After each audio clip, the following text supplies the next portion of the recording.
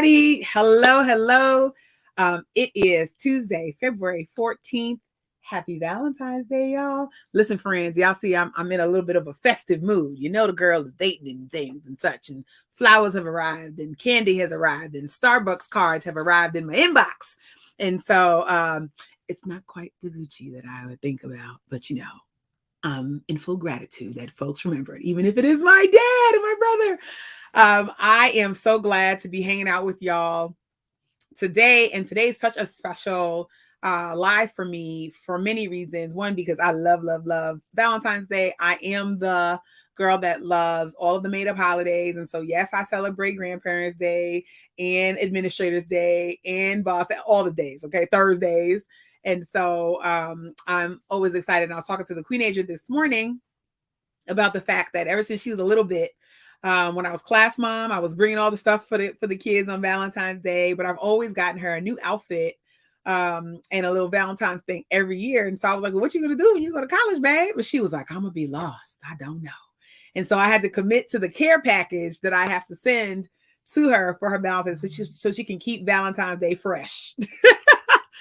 But speaking of fresh, I am so excited about the guest I have today. And I have to tell you, I'm going to bring I have two early career mentors whom I love so dearly and who really were able to shape me being a responsible, a fun, a knowledgeable, a laser focused early career fundraising professional and just all around good human. And so I've asked my mentor, Nancy Beard, to come and talk today about taking the leap to get your CFRE certification, plus taking the leap, period, because Nancy is not just a storied career fundraiser, executive director. She is also an amazing coach. And I just thought it'd be so great for us to hang out today. So Nancy, I just want to just bring you up and just say, welcome to my home studio. Let me close the door because, you know, the dog has left again. Oh my gosh, Chanel is like the star of every show. How are you doing? Well, I'm telling you what, when I started hearing that music coming in, it's like I am hanging out with a cool girl today. It's like I can skip school. I got invited to the Cool Girls Club, and we are just going to have fun. So, yay. Thanks for inviting me. I love it. And Mark Pittman says, hey, from Grenville, South Carolina. Hey, Mark. That's my leadership coach. I am just so excited to be able to chat. So, you know this because you're so gracious. And I'm always like, Nancy's my favorite. But when I was a 20-something with an infant, we were matched in a mentorship program through AFP, the Association of Fundraising Professionals. And I remember when our first meetings coming into your office, and you know, you had a big, beautiful desk and all your fundraising books, which I have a case of now. And you were like, okay, what do you have to offer? Help me understand what it is that you're bringing to the table. And I was like, my jokes, any humor? You were like, good enough, good start. I'll ask you again in a week. And you really pushed me to have a plan, to really think critically about the work that I was doing, to really fall in love with the work because my mission and the mission I was serving may change. And to just really, before I even knew what coaching was, to really focus on stewarding my career like we would steward donors. And I think that, you know, that to me was one of like the foundational pieces of you being my mentor. And so I'm curious because you're one of the folks that pushed me to get the only two women who pushed me, get your CFRE and stop messing around. I'm so proud of you.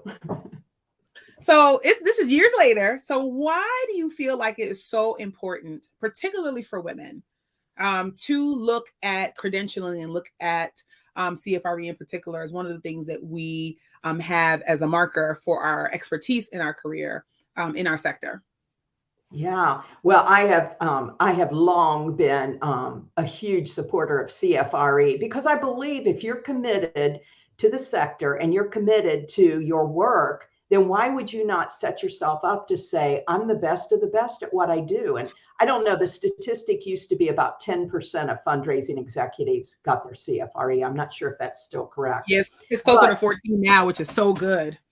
Yeah, you look at how many fundraisers are out there, and 14% of us got their CFRE. It's saying, I want to be the best of the best at what I do. But also what I found was CFRE made me accountable for my education, but it really made me accountable for giving back to the sector, which everybody who knows me knows I love the nonprofit sector more than anything. And I believe in it. But I believe we have to stay on top of our education, but also it's our responsibility to give back to other women who are in the sector, other women who are struggling in the sector. So the CFRE, I've done tons and tons of presenting at conferences like you have before you made it to the top. Oh my gosh. I'm a total Z-list celebrity. I just want you to know. No, you made it to the A-list. And I'm so proud of you. I was thinking this morning I've watched Kishshana for 10 years, just busted on putting out one quote, putting out one thing. And if one person liked it, you got back to them. It's like you have hustled and you deserve every bit of it. But it made me go out and become the presenter, sharing the knowledge I had, mentoring. My deal was if someone asked me to mentor them, I had to always say yes, but they had to do the work. That's because right. My mentor was Jim Kelly. And I Jim Kelly, I miss him so. I just had lunch with him last week. But I would prepare for 8 hours before I would go to a mentoring session with him, because he was going to ask me everything and drill me and push me. And he made me the professional that I am today. And so it was always my responsibility to, if someone had that in them, to help them go find that. And sometimes that meant I had to push too. I was never the kind of mentor who said, I'm going to give you a development plan. It's like, I'm going to give you the tools to learn it, but now you need to bring me back one that you create that's yours, not what I did. That's right. So I've loved it, but I've got to share something since we're in this private space here. I know. People are leaning in to eavesdrop on our time. You and I are listening, but that's it. And you may not know this. When I took the CFRE, I was in my 40s. And of course, my career in fund development came a little later. But I had extreme test anxiety. And this is way before I learned about coaching and how your thought creates your feeling and your action and your result, and all these beautiful things that we know now. I told myself the story for years that I have extreme test anxiety. So I created the study group in Charlotte, North Carolina. Everybody came to my office. We all did this together. I went to Atlanta, had to drive to Atlanta, Georgia then, and to take the test, and had to spend the night in the hotel, took the test, came home, and like 6 weeks later, the letter comes. And my daughter, I had my daughter open it, read it to me. I'm so excited. We're going to have a celebration. And she's like, Mom, I don't know what it says. And I'm like, what do you mean you don't know what it says? She handed it to me and it said that I had failed by 1 point. No. Yes, I did. Yes, I did. Oh, and I was goodness. Devastated. Yes. And so I had to wait 3 months to go back to Atlanta to take the test again. And I sailed through it. But I set myself up for failure, because from day one, I told myself I have test anxiety. I'm going to fail the test. Mm-hmm. I had read, 75 books. I had notes. Wazoo. I mean, back then they recommended 75 books. And I mean, I had the books you recommended to me. You were like, you need to memorize these books. And I was like, memorize them? And I ended up doing it. Like, I put down every casual fiction book, for like 4 months. I remember that summer I was studying, and before I got serious with my study partner and Reagan, and we just like traded off. You read this book, I read this book. You do this, you do that. Because there wasn't really a study guide at that time. And so, you had to get into all those books and know them. You had to know them. Well, so here was what I said. After I went back and I passed the test, I said, I am never going to make this a secret. I'm going to share with people that I failed the first time, because then people can look and say, okay, if I failed the first time, Nancy did it and she came back and did it. I just felt that it had value to share with people because I have never met anybody who admitted that they failed the first time. it. Mm-hmm. All you hear is everybody talk about that is the toughest test. Oh my gosh, Oh my gosh. it's multiple choice, and 2 of the questions are not right, but 2 seem like it. And it's like, okay, well, admit some of us don't make it the first time. Right. And it's okay. So anyway, it's like, I don't think I've ever shared that with you. No, I just was like, Nancy said, go take the test. I'm going to take the test. Like that was basically my long and short. And it, it's so interesting that like being able to be vulnerable around something that has such a level of prestige in our profession, I think really encourages people to try, because I am a trainer for CFRE, and I find that when I do the refresher session, oftentimes people who are career professionals, they know what they're doing. They get in and they're like, I don't know what to do. I get like, they just kind of seize up. And I have to say, a lot of this stuff is theoretical. So I need you to release what happens to you in real life and focus on in theory. Right. What would you do in this situation? Oh no. Nuvia says in the chat that she failed it and got fired 5 minutes before the test. Well, that's why. Which that's terrible. I'm so sorry that happened to you. Oh my gosh. But then you have to get back up again. And I think that, one of the things that I've seen in the evolution over time is that professionals are coming to certification a little earlier in their career, like setting it as a goal. Like I looked up and was like, oh, I'm supposed to do that? Because you told me to, I wouldn't have really thought about it, but folks are coming with more intention. So how do you feel like your CFRE kind of helped you over the course of the career? I know you mentioned that it sort of like activated you to be a student of the game, right? Yeah. And to be an active participant. Are there any ways in which you feel like, I don't know if I really would have thought about doing that if I hadn't had to sit for this exam twice?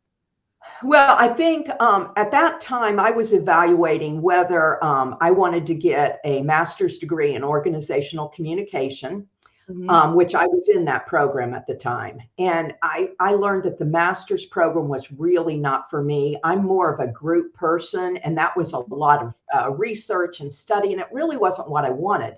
Yeah. But so I said at that point in my life, would the CFRE get me to the salary level that I could get with a master's degree also? And that was really one of the defining things for me. Yeah. The CFRE, I looked at the jobs that I wanted when I looked at my future self, and I said, I am going to have a CFRE to be able to show that I'm at that level. And I 100% believe that it does. It gives you the credibility that you need to get there. Absolutely. And I think that was the exact experience that I had. One of the challenges that I didn't know I was facing at the time, Lord, I was naive in certain ways, is that when I show up as an only in an interview, that in addition to being a woman, and there's just things that were stacked that I was just like, oh, maybe it's because I'm young, I'll dress more, I'll dress older. Maybe it's because but once I got my CFRE and I got my right before I turned 30, I realized like, oh, I'm going to be able to get into rooms because of my credential that maybe folks would never consider me for. So it allowed me to move into I moved right the year after I took my CFRE. I moved permanently into the C-suite. I have not had a role that has been outside of the C-suite since. And I think part of that was because I made that decision early on to like really kind of step into that and to do the work that comes with it and stay connected to the work. And I think that really helped. Have you seen along the way where, CFRE and other credentials have really continued to keep you curious and keep you learning, particularly now as you've made the transition, oh my gosh, into culture? I remember when I got your first email that was like, hello, I'm Nancy and I'm doing I know. And I was like, whoa, that's amazing. I started preparing for retirement 5 years ago, and I looked at it and said, I will always work. I love the sector, but I didn't want to go out and be a consultant. That just wasn't my thing. I didn't want to just go do capital campaigns and all of that. So I said, what do I love? And I love mentoring. I love seeing women embrace the sector, love the sector. I love to see them gain the tools they need and move forward. Yep. So I said, life coaching is probably the best bet. Plus, I really resonated. Then I spent a year researching life coach schools. You know, did I want to go to a university to do it? Did I want to do Martha Beck's? What did I want to do? And I settled on the life coach school out of Texas. And then it's like, who do you want to coach? And I've gone around, and you know, I don't know that I'm permanently settled here, but women in the nonprofit sector are my women, and I coach women on their personal and their professional life, and that's what I love. That's what I know, and I know the pain points in the sector, and I know how most of us are idealists on, you know, how we want the world to be. And we have our tiny little place where we get to do our part to make that happen. I love that. And I love that focusing, because you've been, to me, so influential in so many women's lives, not just in their careers, but I think, you know, how you do one thing is how you do lots of things, right? And so if you're able to add value in those spaces and get us to really like think and to ask ourselves bigger questions and to be curious about ourselves, you know, I feel like that to me is a part of what I experienced very early in my career. So I can imagine that women are experiencing that now. Yeah. I think the only regret I have in my career is that I didn't go get the ACFRE. I do regret that. Yeah. Okay. I wish and that used to be 1% of fund development professionals. Do you know what that number is? I don't know what it is now, honestly. And I thought a lot about, like, do I want to do that? Like, why would I do that? What do I need to do that for? Kishshana, I'm going to encourage you that I think you need to go get that for me. Oh my God. And I will be there the day you get that award, because I think it shows you're the best of the best. It is my greatest regret. And I can't tell you how many AFP conference classes I went to on getting your ACFRE, and the timing wasn't right. I think I waited a little too late in my career for it.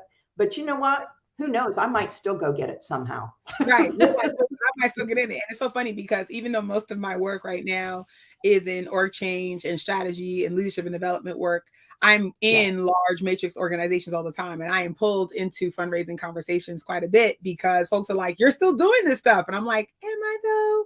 But I am, you know, so I feel like there's definitely that, like, one more rung on my career ladder. Do I do it? Yeah. And I think it's the foundation of who you are. And once you get to the point of the ACFRE, I mean, that's research. That's, you know, that's your PhD in fund development without having a PhD. Although you can certainly go get that at IU School of Philanthropy too, if you desire. I don't know if I want to be a researcher though. Like I'm everything I care about is in women in leadership.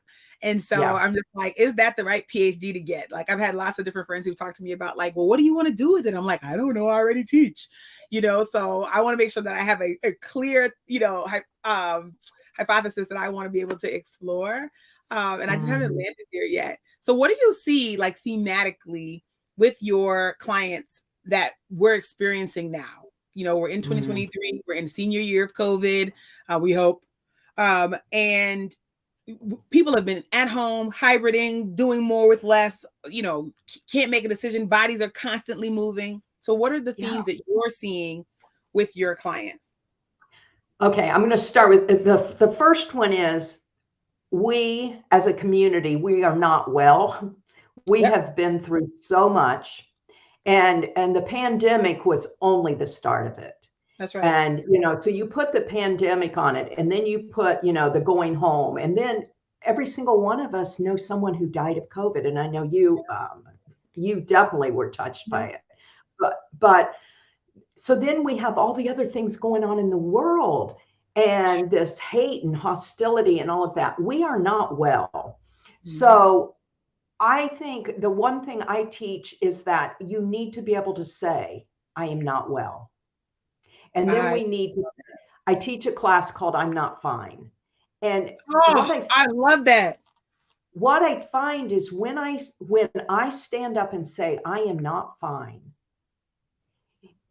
there are people with tears in their eyes because they're able to say, I'm not fine. We're tough people, but there is so much going on in the world right now that how can we stand tough and go do our work? So where we have to do our work is start with, I'm not fine. And nothing is normal in this world. right. And we're not going back to what we thought was normal. That's right. So that is, that's a big part of what I see. Leaders are going to have to address that their team members are not fine. They're not fine. And stop acting like we're going to put a little patch here. Like it. Oh my gosh. We need to lay it on the table, and we need to list every single thing that makes us not fine. And the pandemic and COVID is only one tiny bit of it. And let's list it all out. List it all out and call it by name and say what it is until we can get to a place where we're fine. Then we can go do our work. But I think leaders are not there. It's like, we're done with COVID. Okay. No, we're not done with it. We have not healed. We haven't done anything. And healing every day, almost, if you watch the news, gets worse. It does. We are empathetic people who work in the third sector, and we do it to bring peace and love and social justice and all these things. And we're not able to do that in the world where we are right now. Now we are, but we got to get it out and say it first. I'm not fine. Now, how can I heal, and how can I heal with my group of women and men in fund development and in leadership positions to take this forward? But we got to quit acting like we're fine, because we're not. So that is a number one problem that we have. Yes. And then it goes into leadership.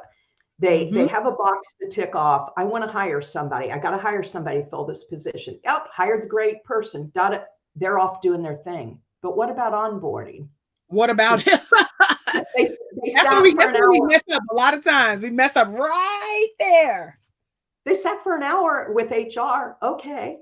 But what about taking their hand and taking them to the major stakeholders? Yeah. What about telling them the real truths behind the organization, the good, the bad, and the ugly, and let me have all the information I need?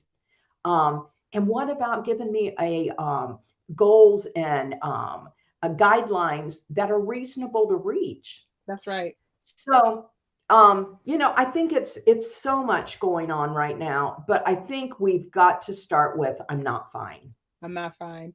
I'm going to take that nugget with me. I've been teaching a wellness trek for Joan Gary's Leadership Lab. And we did week 2 today, where we dove into doing decision diets. And I said, I'm not about diet culture. Okay. But this is a place where I want us to put it down, because we are inundated with decisions every minute of every day. And what if we were able to automate, pause, and lessen the number of decisions we make? And so I wonder if folks who are thinking about certification are stuck in a wind tunnel of indecision, because they're like, what if I fail? What if I pass? What if I have to leave my job? What if they won't pay? What if I can't find a study group? What if I'm too old? I got mine at 46 years old. What if I'm too old is a big one that I get. I just got this one yesterday. I'm 50 years old. When I interview, people look at me as if I'm too old. And I'm like, I got my dream job when I was. remember. When I was 55, I got my dream job, and I got to work in it for 11 years. Come on. We are not too old. We're not selling ourselves. Yeah. We don't believe in ourselves is why we're not getting a job. Woo. I think that's a big one. And by the time your clients come to you, where are they in their sort of like their mental space on their personal and leadership journeys? Because that's a very particular thing. Yeah. Most are in a place of, I don't know. They're kind of like a gerbil on a wheel. They're doing the same thing day after day after day, and they're not fulfilled. And they're feeling this emptiness. And so my practice, it really starts with Socrates saying, of the unexamined life is not worth living. I believe that if you don't examine your life and start back, in life coaching, you typically don't go back into your childhood and all that. And you're typically coaching people who are who want to be their best self.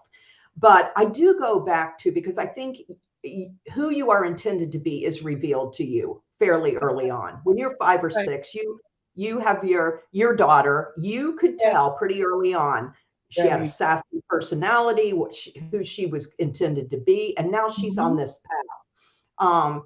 I go back and I tell my story of when I went trick-or-treating for UNICEF, and then how from that, I always knew by the papers I wrote in school and things like that, the social justice issues were extremely important to me. It just took me a long time to figure out where was my voice best used. And my voice is best used in the sector, in fund development, telling a story and moving a mission of an organization forward. So the best fund development people are storytellers. That's what we do. That's right. And the thing that's the greatest thing we do. And one of the things I learned from you is about offering joyful opportunities. I was just talking to I used it out of context, but it made sense. Okay, follow me for a second. So I'm dating. And I was talking to a gentleman friend who I've been seeing for a while about like our love languages, which is a big, conversation. I think in dating relationships now, Gary Chapman needs to get like a penny for every time somebody says it. And we were talking about one of mine, which are gifts. And I was telling him that how, people struggle with giving gifts because they have their own challenges or stories they tell themselves with money. They have their own money stories, whether from how they grew up or things they've experienced, et cetera. And they bring that into that conversation with folks who, for them, gifts aren't always about money. But I said to him, one of the first things I learned when I started to do major gifts, and it was from you, is that giving should be joyful. And that when you do this well, Kishshana, that donor is going to feel good in their spirit, and I gave him that analogy, like if you're giving to the right person and you've had the right relationship, so you've had that conversation, that connective tissue, you should feel good doing this. So if it feels like a chore, we're probably not connected. So you have the context, but I just want you to know the message you taught me in my 20s is still here, because joyful opportunities are something that, I think that you are like probably best known for. Well, you know what? I believe in offering something for someone to be a part of, and it's their choice then, whether they want to be or not, and I'm going to move on to the next person. But why would you not want to be part of a joyful opportunity? So at my retirement party that they had for me in December, that was the parting shot, was that's what I will always be remembered for, is offering joyful opportunities to everyone. That's exactly right. They might not have even known they wanted it. The last part of my career I spent doing primarily legacy giving, and that is my love. I absolutely adore that work because that's truthfully, just giving a joyful opportunity to someone who basically knows nothing about it. And it doesn't matter how educated they are, all the circles they run in. People don't give them that face-to-face opportunity. And that was what I loved, sitting in a living room, talking to people about how they could be remembered forever. Yeah. Middle-class people can be remembered forever. It's the most beautiful work you can do. It's not just for the wealthy. It is for all of us to be able to have that experience. And that's something that I definitely love about legacy giving. So I put this up there. So first of all, y'all, I have been putting up on screen ways to connect with Nancy. I'm going to share her. But you have been so gracious to offer a 30-minute consultation for folks who reach out to you via your email. So what are folks sort of like, what is the nudge you giving folks in their 30-minute consult? What's going to make folks say yes? Because I know I say yes. So what's going to make folks say yes? What are you looking for in that 30-minute talk? Well, I think for the person who comes to see me, it's can I solve the problem, and do I want to invest in myself? And I've been in the nonprofit sector so long that it's like, I'm the affordable coach. That I know there's a lot of single women in the nonprofit sector. And so my prices certainly are very affordable so that all women can come and solve their problem.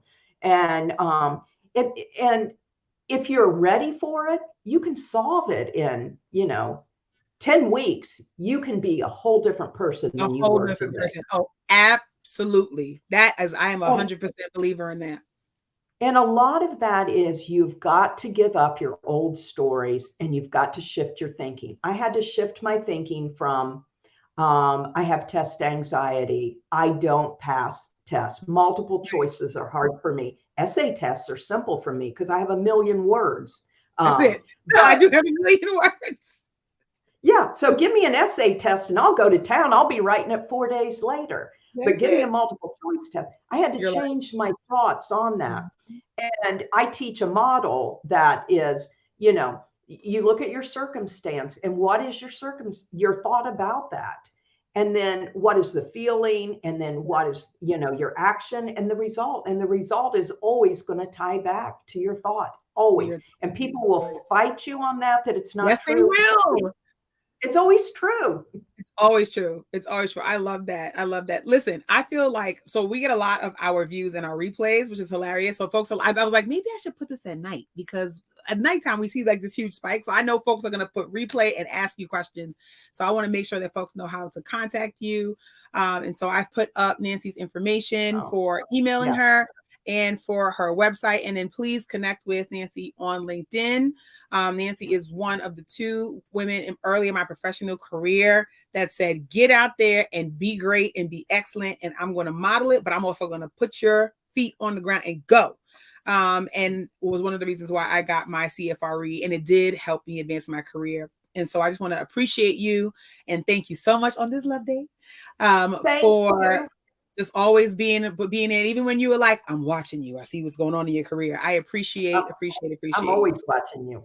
Hey, I just want to be like you when I grow up. But hey, I got to come out and hang out with a cool girl today. Yes, so you are my original cool girl. Well, and you know, one of your pre-questions was something about what attracted the 2 of us or whatever. And I'm like, oh, geez. Yes. When the two of us have so much energy that we could blow it out just with our excitement about the work, with our excitement about the opportunities, with our excitement about just women who are like us doing the work we do. So Definitely. So I love you. And I got to spend Valentine's Day with you. That's special. That's special to me too. Look at me. I'm blushing. I love it. Well, Nancy, thank you so much for hanging out. I'm going to put you back into the studio so I can close out. So hang tight for me. Okay. Everyone, just thank you, Nancy, for just your wisdom and your grace. And I'll talk to you real soon. All right, everybody. Listen, this was such a treat for me. Y'all can see my face. I'm like cheesing. Please make sure that you follow Nancy. I'm going to put up her LinkedIn again. And she was so gracious to offer a 30-minute consultation. You know, this is something that we're going to be talking about for the next few weeks. I have some amazing, amazing women who are going to be coming on to my lives, courtesy of CFRE. They are the proud sponsor of the Rooted Collaborative, one of the proud sponsors of the Rooted Collaborative. And we're so geeked for us to lead out with this leadership series around women and at different walks of their life and different places where they have decided to take on getting certified and getting their CFRE certified fundraising executive credential. And the next testing window is coming up shortly, y'all. And so if you are a fundraiser or in fundraising and are interested in doing that, please holler at me. I've had my CFRE since 2009, and I am a proud trainer and continue to be active in the work. If you are looking for more, always remember to connect with me on social. I will be super excited to connect with you. Make sure you are subscribed to our YouTube channel because, y'all, there's so much good stuff coming out in the next 2 months. I can't wait. It's so good. And if you want to book a VIP day with me around strategy for your organization, for how your leadership folds into your organizations, you can go ahead and do that at kishco.info/VIP strategy. And, you know, everything we do is connected together. And so I have a podcast episode that just about this topic, y'all. It's episode 28, our obsession with credentials. And I did that with Jillian Mama J Love. And so check that out if you want to dig more into this topic. And that was also sponsored by CFRE. And so I will talk to y'all real soon. Thank you so much for hanging out with me again today and for our amazing guests. And I will be seeing you real soon.